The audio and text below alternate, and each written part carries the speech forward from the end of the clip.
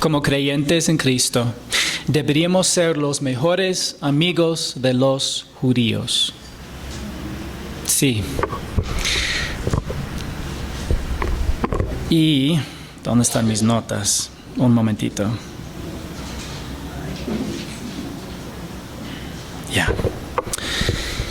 Bueno, quiero mencionar primerito que lamentablemente en muchas traducciones de la Biblia, el pasaje que estamos estudiando tiene un encabezado que es equivocado.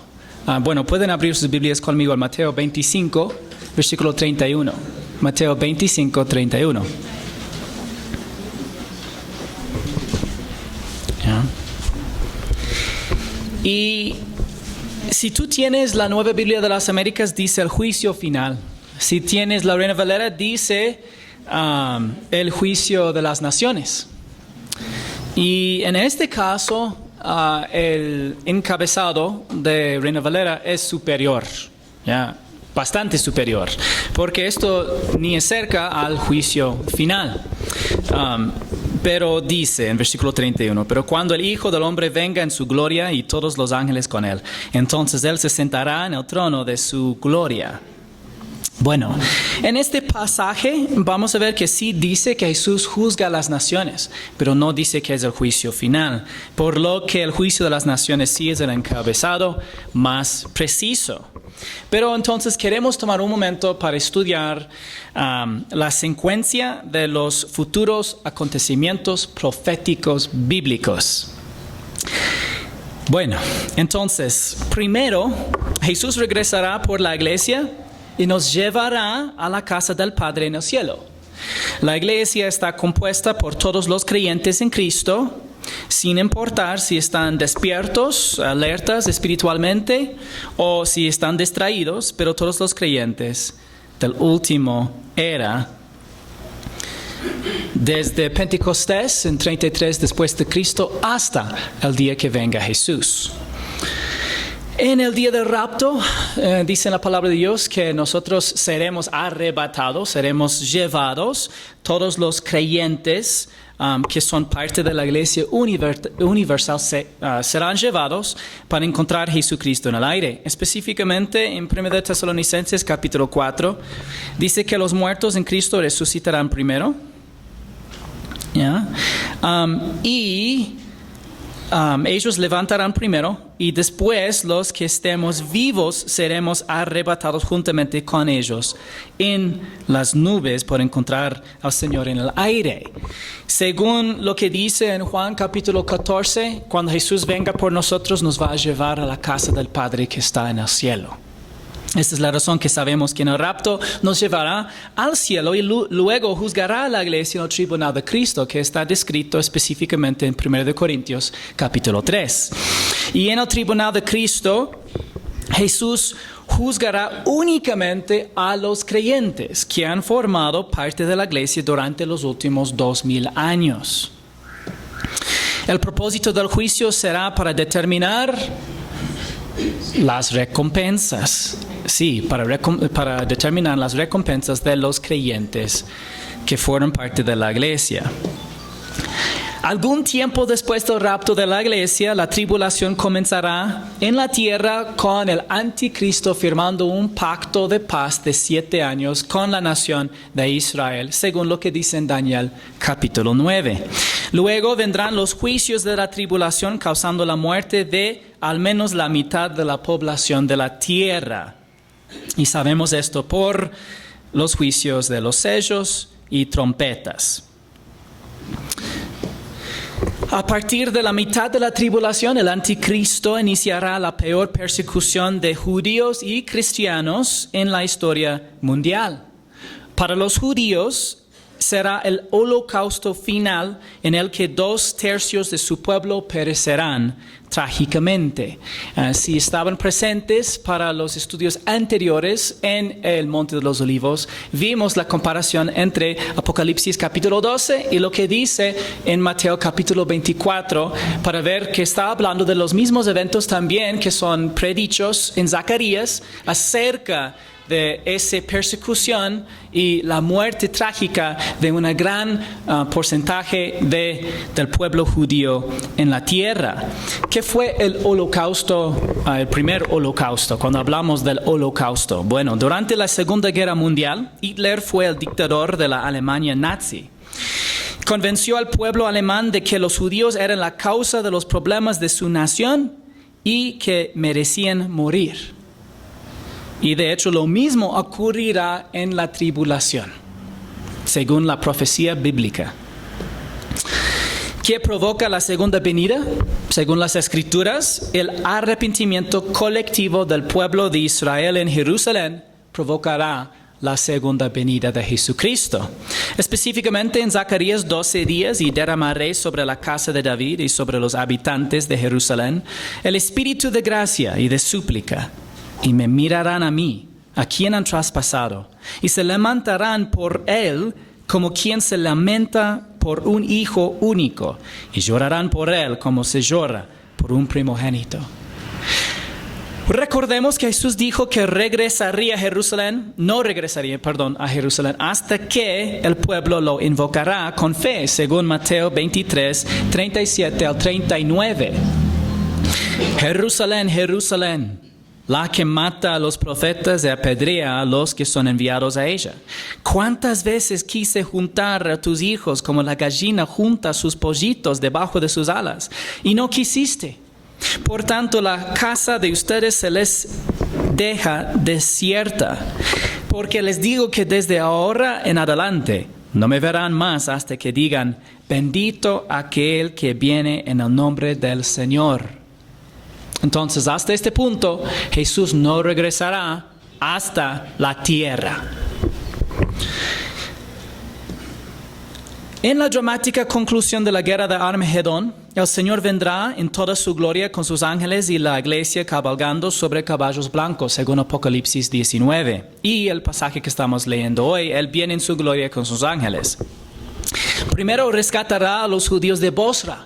Para los que estaban tanto en los estudios anteriores del Monte de los Olivos y también del libro de Apocalipsis, vieron los pasajes que vimos del Antiguo Testamento, que apunta específicamente el primer lugar donde llega Jesucristo en su segunda venida es Bosra, y que Él va a rescatar al remanente creyente de los judíos que antes habían huido de Jerusalén en la mitad de la tribulación, cumpliendo lo que Jesús había advertido en el discurso del Monte de los Olivos.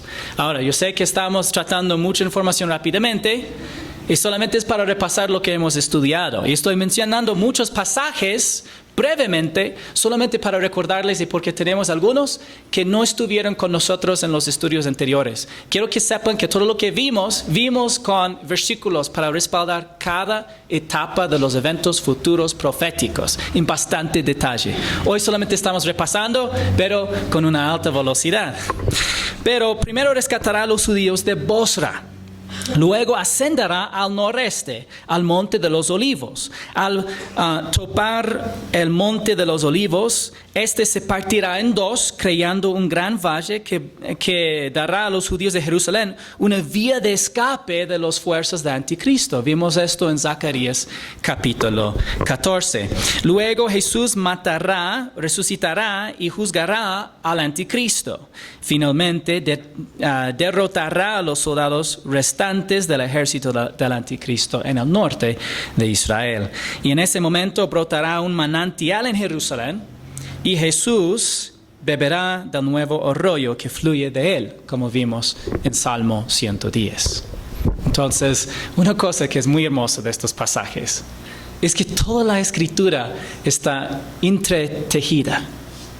Y cuando leemos todo, vemos, una panorama tan hermosa del plan de Dios para tanto nuestras vidas como también los que vivirán aún en el futuro. Y tal como fue la primera venida de Jesucristo, en que en las Escrituras decía específicamente en cuáles pueblos, en cuáles lugares vivía y haría tal o otra cosa, y cumplió literal y precisamente de la misma manera habrá la segunda venida y los eventos futuros proféticos.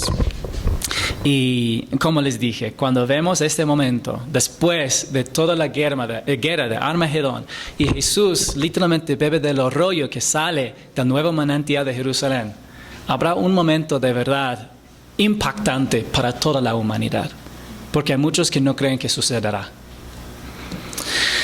Entonces, Jesús resucitará y recompensará a los santos del Antiguo Testamento.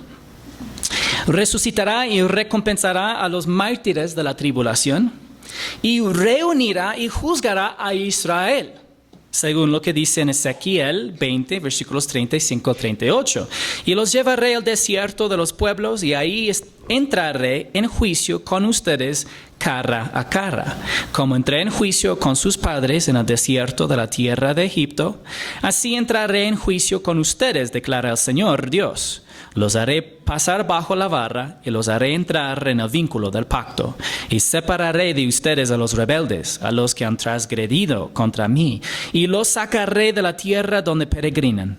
Pero no entrarán en la tierra de Israel, y ustedes sabrán que yo soy el Señor.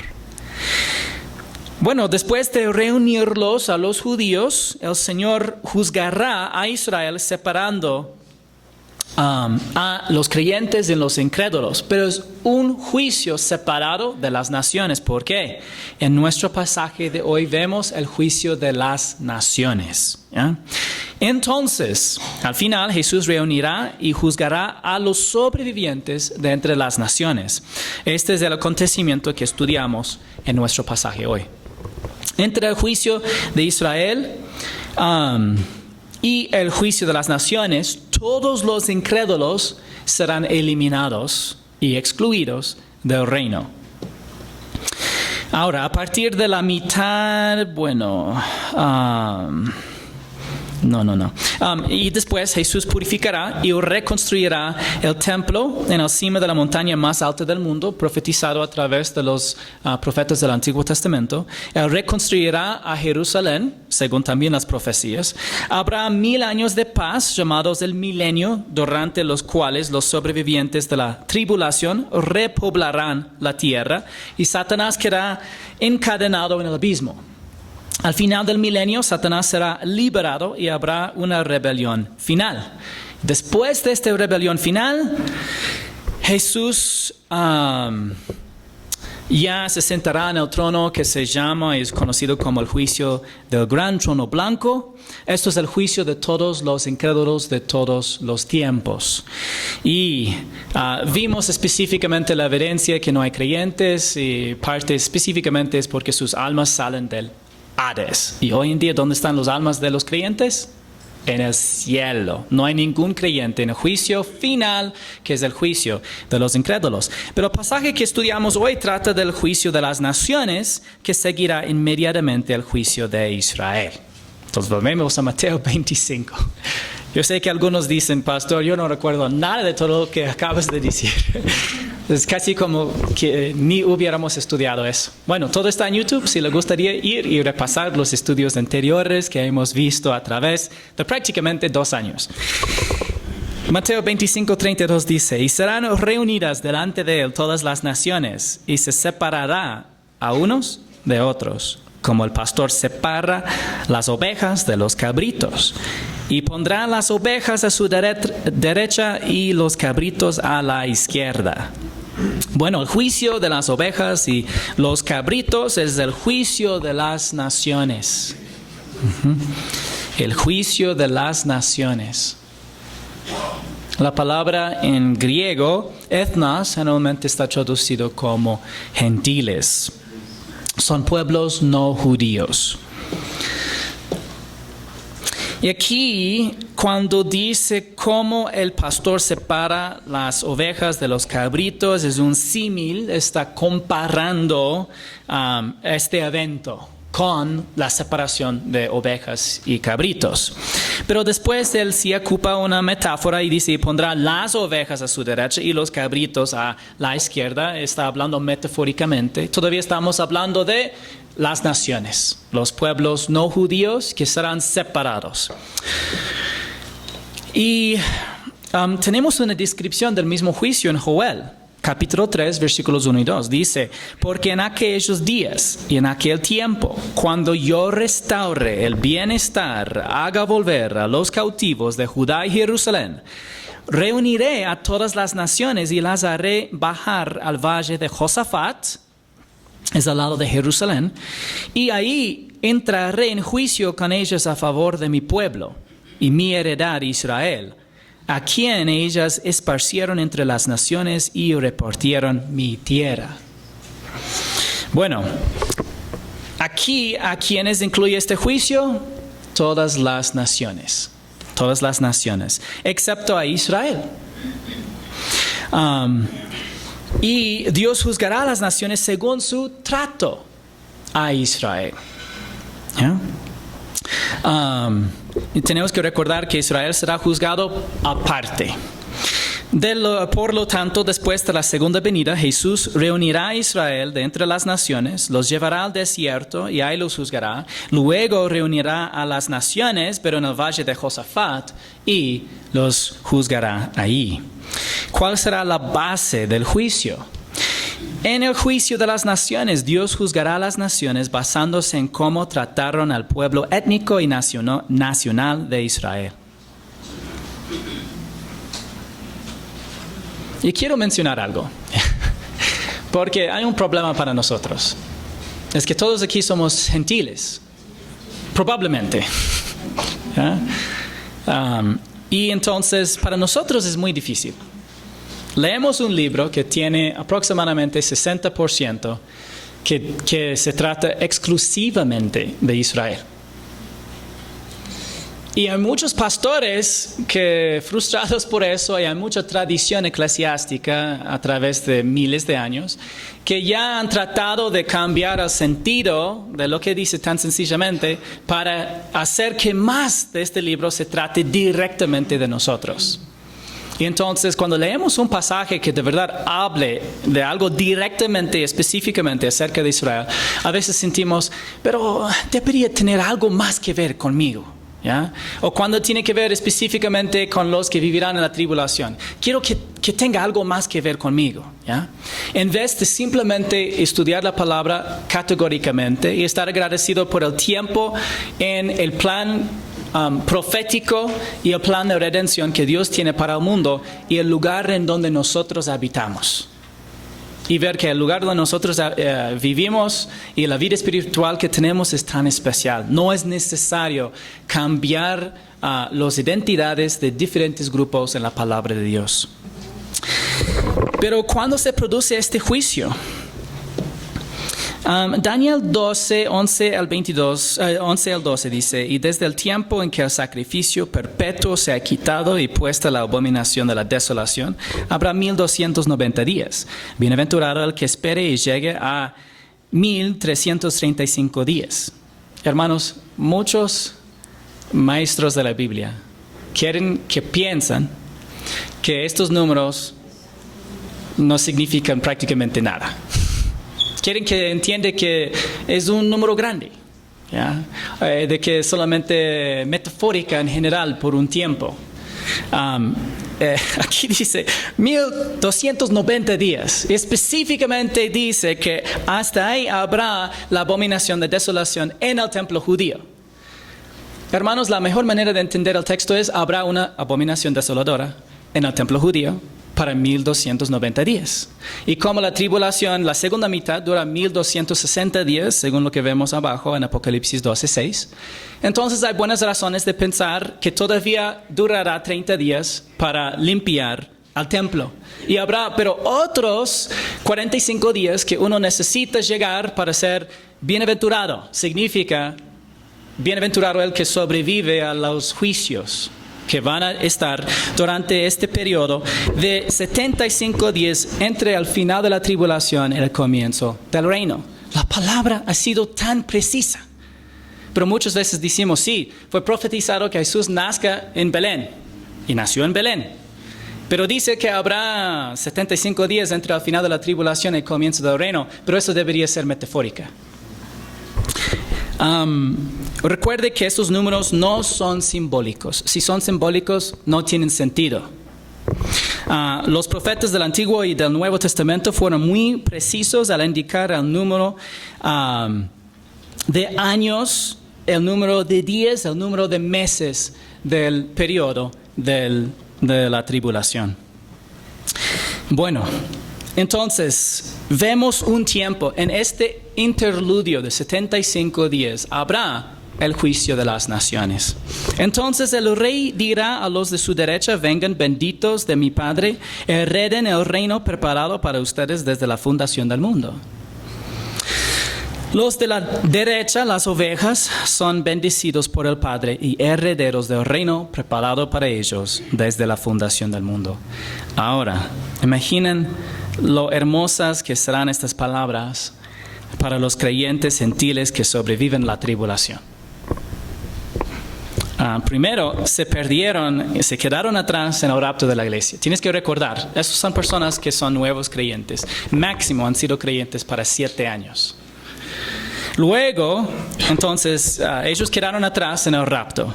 Luego se convirtieron en creyentes durante la tribulación y sobrevivieron a los juicios de la tribulación y la persecución por parte del anticristo. Tanto todos los desastres mundiales que se llevarán a cabo aquí en la tierra y la persecución de cristianos, ellos van a sobrevivir todo eso y llegar al final. Y como los describe Jesús, dice: porque tuve hambre y ustedes me dieron de comer, tuve sed y me dieron de beber, fui extranjero y me recibieron, estaba desnudo y me vistieron, enfermo y me visitaron, en la cárcel y vinieron a mí. Entonces los justos le responderán diciendo: Señor, ¿cuándo te vimos hambriento y te dimos de comer? ¿O sediento y te dimos de beber? ¿Y cuándo te vimos como extranjero y te recibimos? ¿O desnudo y te vestimos? ¿Cuándo te vimos enfermo o en la cárcel y venimos a ti? El rey les responderá: en verdad les digo que en cuanto lo hicieron a uno de estos hermanos míos, aún a los más pequeños, a mí lo hicieron. Tom Constable explica diciendo: Jesús aclaró la base del juicio en ese día futuro. Sería la recepción o el rechazo del rey, como se refleja divinamente en la recepción o el rechazo de la gente a sus hermanos. Ahora, la pregunta de millón son: ¿quiénes son los más pequeños de estos hermanos? Hay 3 posibles interpretaciones.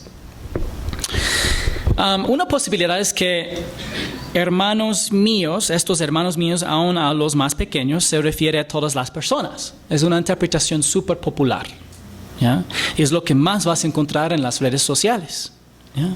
Diciendo: entonces, si tú ayudes al pobre que está por allá mendigando y le ayudes, entonces estás ayudando a Jesús. Es una interpretación muy linda, ¿ya? ¿Cuál es el problema con esta interpretación? Que no todas las personas son hermanos de Jesús. Ese es el primer problema. La segunda interpretación es que hermanos míos se refiere a todos los creyentes. Perdón.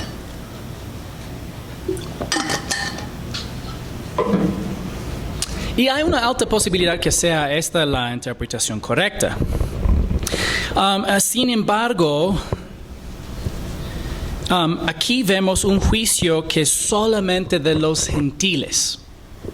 Entonces, parte del problema de amplificar esta definición a todos los creyentes es solamente que aquí Él está distinguiendo entre creyentes entre las naciones y algunos hermanos suyos.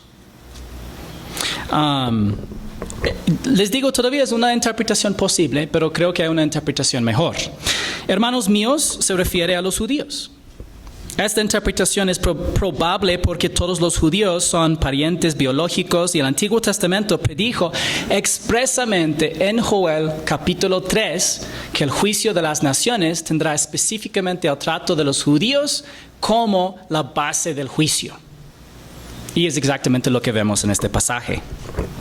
En el comentario del conocimiento bíblico leemos la expresión estos hermanos debe referirse a un tercer grupo que no es ni ovejas ni cabras. El único grupo posible serían los judíos, hermanos físicos del Señor, en vista de la angustia del periodo de la tribulación. Es evidente que cualquier judío creyente tendrá dificultades para sobrevivir. Las fuerzas del dictador mundial harán todo lo posible por exterminar a todos los judíos. Un gentil que se esfuerce por ayudar a un judío durante la tribulación significará que se ha convertido en un creyente de Jesucristo durante la tribulación. Con tal postura y acción, un gentil creyente pondrá su vida en peligro. Sus obras no lo salvarán, pero sí revelarán que ha sido redimido. Es decir, solamente un gentil creyente sería tan loco como para albergar y ayudar a los judíos durante la tribulación. Y tal como se vieron en el último holocausto mundial. ¿Qué pasó? Había muchos cristianos que específicamente recibieron y protegieron a los judíos durante Guerra Mundial II. Hay bastantes historias muy conmovedoras acerca de estos héroes de la fe realmente que vivieron en este entonces y protegieron y ayudaron a los judíos cuando fueron así exterminados literalmente por los nazis. Warren Wiersbe dice, si tenemos presentes los tres grupos del relato, nos ayudará a resolver este problema. Había ovejas, cabras y hermanos. ¿Quiénes son estas personas a las que el rey se atreve a llamar mis hermanos? Parece probable que sean los judíos creyentes del periodo de la tribulación. Aunque hay espacio para un debate entre cualquier creyente en general o específicamente judíos, yo creo que el contexto favorece judíos y por lo que hemos visto ya en el Antiguo Testamento. Cuando los gentiles creyentes ayudan a los refugiados judíos en la tribulación, Jesús dice que eso equivale a ayudarlo a él.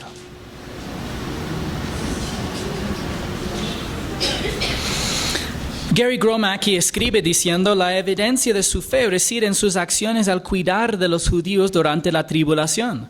Los gentiles creyentes darán de comer a los judíos hambrientos y de beber a los sedientos. Abrirán sus hogares y darán refugio a los judíos forasteros. Vestirán a los judíos desnudos. Visitarán a los judíos enfermos y en prisión. Aunque este pasaje no se refiere a la época en que vivimos hoy, enseña principios importantes que son aplicables a nuestra vida y a nuestra relación con el Señor. Primero, debemos recordar que al Señor le importan nuestras vidas y la forma en que ministramos a los demás. Y por eso podemos y debemos hacer todo lo que hacemos para el Señor. Como dice en Colosenses 3, del 23 al 24. Todo lo que hagan, háganlo de corazón, como para el Señor y no para los hombres, sabiendo que del Señor recibirán la recompensa de la herencia. Es a Cristo el Señor a quien sirven. En segundo lugar, el Señor está atento a lo que hacemos por los demás, como dice en Hebreos 6:10. Porque Dios no es injusto como para olvidarse de la obra de ustedes y del amor que han mostrado hacia su nombre, habiendo servido y sirviendo aún a los santos. Y es reconfortante saber que el Señor no pasará por alto el trabajo que realizan, ni el amor que muestran a otros creyentes por su nombre. En tercer lugar, el Señor se toma como algo personal cuando otros nos persiguen por causa de su nombre, como vemos en Hebreos 9 del 3 al 5. Y mientras viajaba, al acercarse a Damasco, de repente resplandeció a su alrededor una luz del cielo. Al caer a la tierra, oyó una voz que le decía, Saulo, Saulo, ¿por qué me persigues? ¿Quién eres, Señor?, preguntó Saulo. El Señor respondió, yo soy Jesús, a quien tú persigues. Es decir, que cuando Saulo de Tarsis perseguía a la iglesia, el Señor le respondió, ¿por qué me persigues? Es reconfortante saber que el Señor comprende todo lo que sufrimos por su causa y considera lo que se hace por nosotros como si le hubiera hecho a Él. De la misma manera, debemos hacer todo lo que hacemos como para el Señor. Encontrar aliento al saber que Él no olvidará el amor sacrificial que hemos mostrado a los demás, y encontrar consuelo al saber que Él toma nuestra persecución como algo personal. Unos principios. Bueno. Entonces dirá también a los de su izquierda: apártense de mí, malditos, al fuego eterno que ha sido preparado para el diablo y sus ángeles. ¿Y por qué se refiere a ellos como malditos? Bueno, obviamente son malditos porque son incrédulos, primero.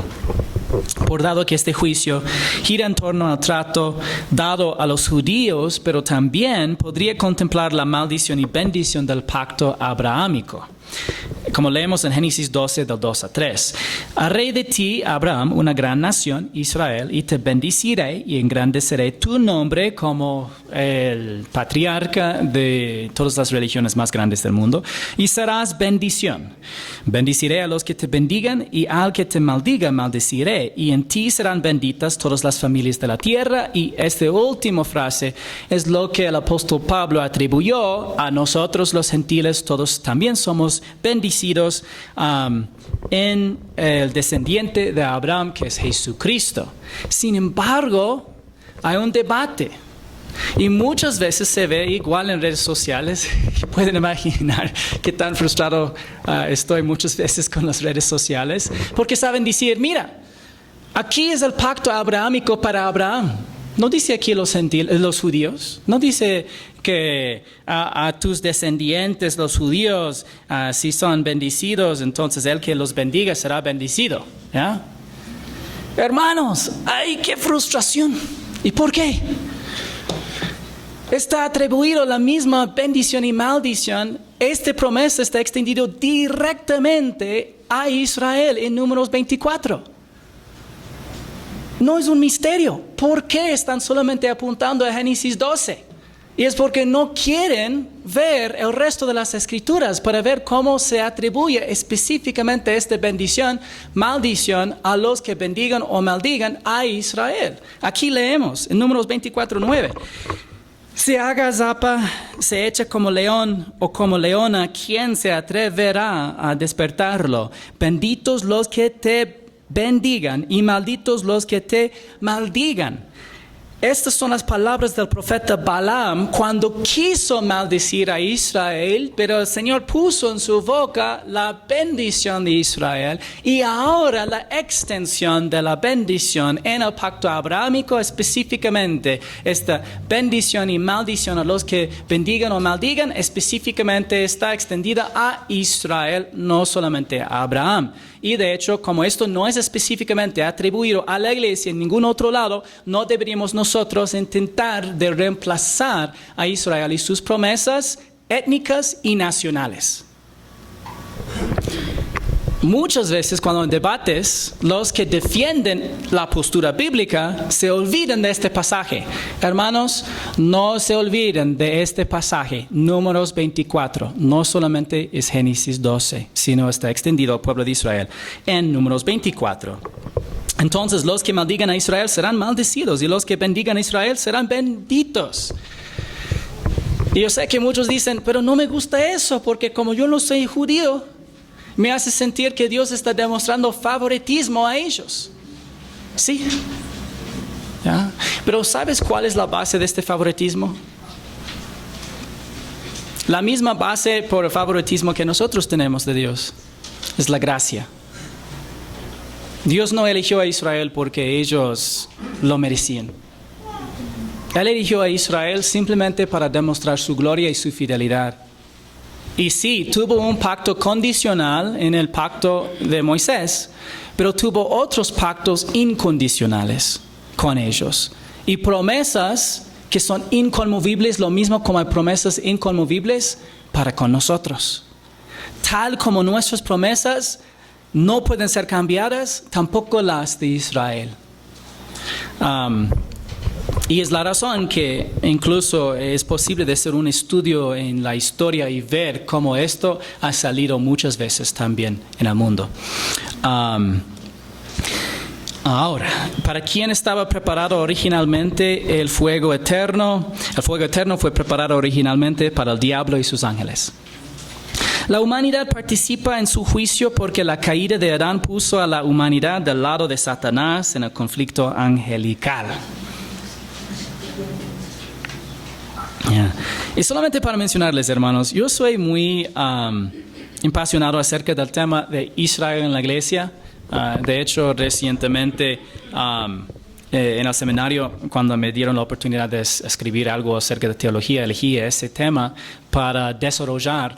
Y es un debate demasiado grande. Es súper grande, hay muchos diferentes puntos de vista y es un poco complejo, pero al final hay cosas muy sencillas y claras en las Escrituras. Y lo que es sencilla y clara es que Dios había hecho promesas al grupo étnico y nacional de Israel, que Él cumplirá tal como lo dijo, y esto es realmente el argumento del apóstol Pablo en Romanos capítulo 9 al 11. Pero la humanidad participa en su juicio, el juicio de Satanás, porque la caída de Adán puso a la humanidad del lado de Satanás en el conflicto angelical.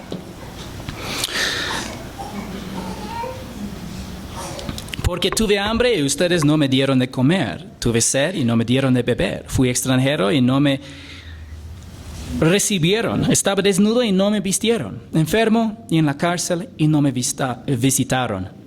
Entonces ellos también responderán: Señor, ¿cuándo te vimos hambriento o sediento o como extranjero o desnudo o enfermo o en la cárcel y no te servimos?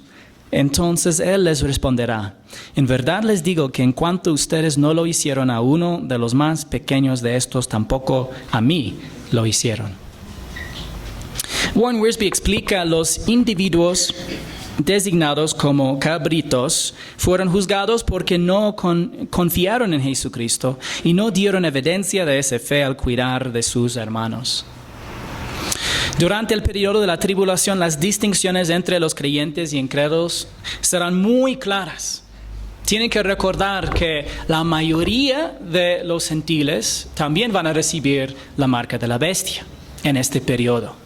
Habrán otros que no reciben la marca de la bestia, pero que todavía no ponen su fe en Jesucristo. Habrá otros que no reciben la marca de la bestia, específicamente albergan a los judíos, porque ya habrá anunciado en todo el mundo, mediante los 144,000 judíos y mediante los 2 testigos, mediante estos 2 grupos, habrá anunciado, según lo que dice en la Biblia, el mensaje de que todas estas plagas vienen del Dios de Israel.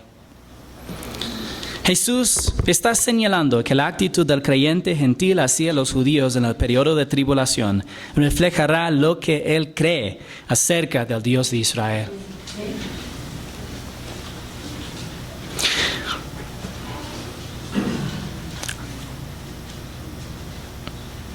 Recuerdan que durante la tribulación, la asociación entre el pueblo judío y el Dios de Israel será inconfundible. Absolutamente inconfundible. Y es parte de la razón que van a ser aún más odiados en el periodo de la tribulación.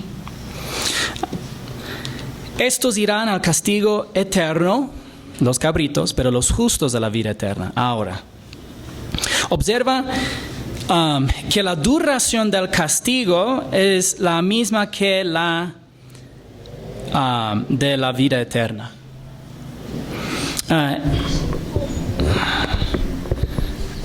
Otra cosa, la diferencia que vemos en los 2 grupos es que las ovejas son justas. Y ahora, ¿quiénes son los justos? Es una pregunta de millón para nosotros. Y vamos a leer juntos Romanos 3 del 9 al 10. Entonces, ¿qué? ¿Somos nosotros mejores que ellos? De ninguna manera. Porque ya hemos denunciado que tanto judíos como griegos están todos bajo pecado. Como está escrito, no hay justo ni aun uno. ¿Cuántos justos hay? Ni uno. Según el apóstol Pablo, nadie es justo por sus propios méritos. Todos somos pecadores y por lo tanto necesitamos una justicia que no sea la nuestra.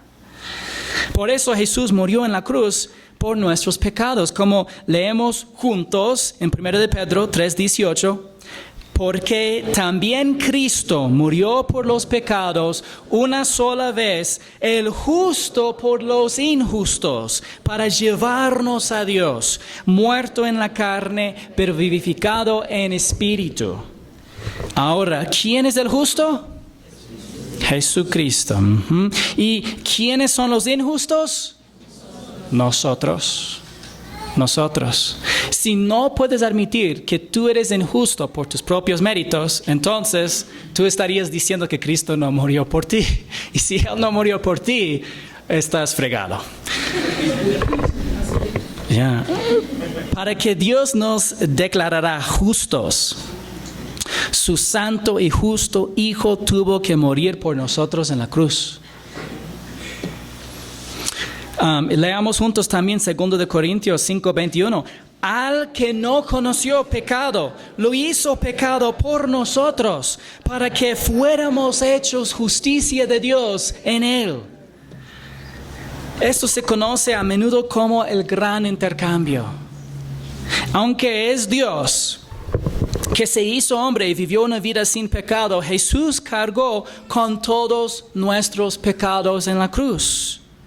Y ahora se ofrece a atribuirnos libremente, gratuitamente, su justicia, para que el Padre perdone nuestros pecados y nos declare justos.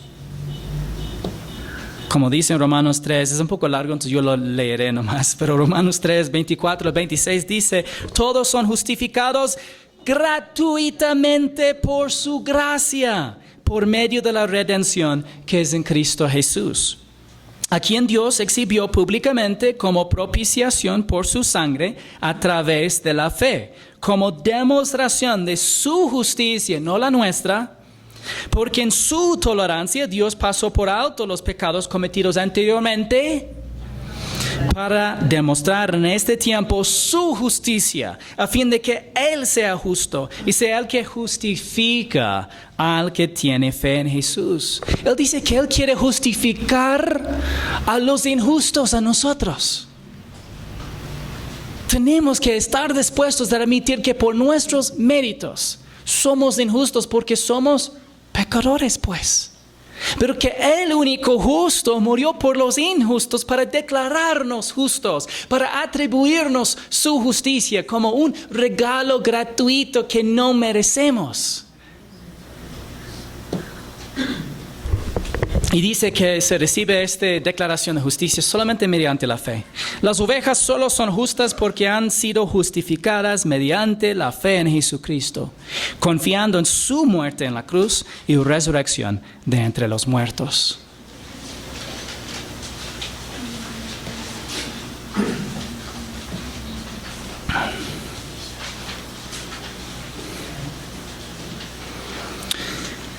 Hermanos, el antisemitismo es el término que se ocupa para hablar de racismo en contra de los judíos.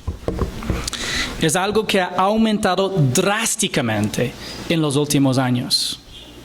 Literalmente por cientos de porcentaje ha incrementado en todo el mundo. Hay lugares donde ellos necesitan guardia armada, los niños judíos, solamente para ir a la escuela. Y lamentablemente muchos cristianos han adoptado una teología que no distingue entre la iglesia e Israel. Y como resultado no creen que los judíos tengan importancia alguna en el plan de Dios para la historia de la humanidad. Sin embargo, Dios hizo promesas incondicionales al Israel étnico y nacional. Y las cumplirá en el futuro. El Señor cumplirá muchas de esas promesas en la futura tribulación y en el milenio. Y lo mismo como había literalmente siglos en que gente criticaron a la Biblia, primero porque decían, dice directamente cosas acerca del futuro de Israel y ni existe Israel.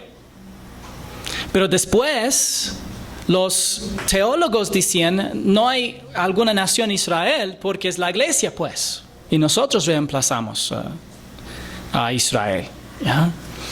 Y había unos pocos locos que decían, no, para mí Israel significa Israel. ¿Ya? Y cuando dice en su tierra, está hablando de tierra. ¿Ya? Y cuando dice que ellos tendrán tales y cuales enemigos, los tendrán. Y cuando habrán aquellas batallas, habrán. Y después apareció de nuevo una nación que se llama Israel.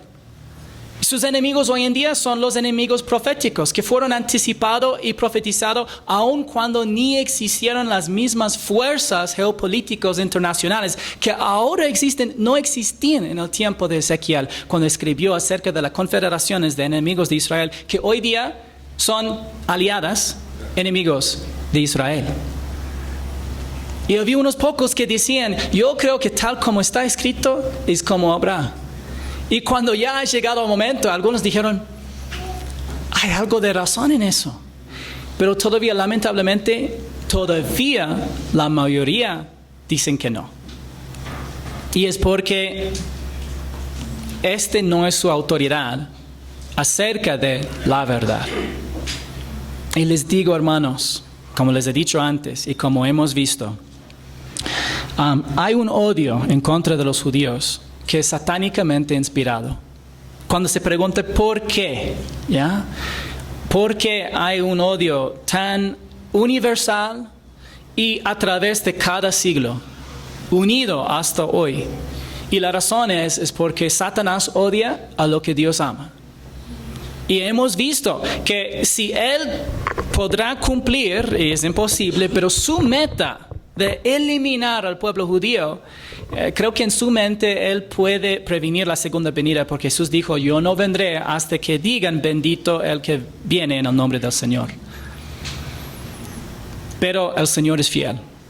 Él guardará y protegerá a su pueblo, la iglesia hoy, y Él guardará y protegerá a su pueblo Israel, aún en los eventos futuros proféticos, que todavía tendrán que cumplirse algún día. Tienen que recordar también que en su naturaleza humana Jesús es judío. Y de hecho siempre será. Y por muchas razones entonces, como creyentes en Cristo, deberíamos ser los mejores amigos de los judíos. Y esa es la razón que hemos este último año, si escucharon en el informe económico, hemos hecho una aportación a un ministerio que se llama Friends of Israel Gospel Ministry, y es un grupo de gentiles, no judíos, que comparten el evangelio al pueblo judío en muchos de los lugares donde son concentrados en Argentina, en los Estados Unidos y en Israel. Y es algo que cumple también lo que vemos en todo el Nuevo Testamento, que el evangelio va primero a los judíos y después a los gentiles. Es una prioridad de compartir el evangelio con el pueblo que todavía es escogido por Dios.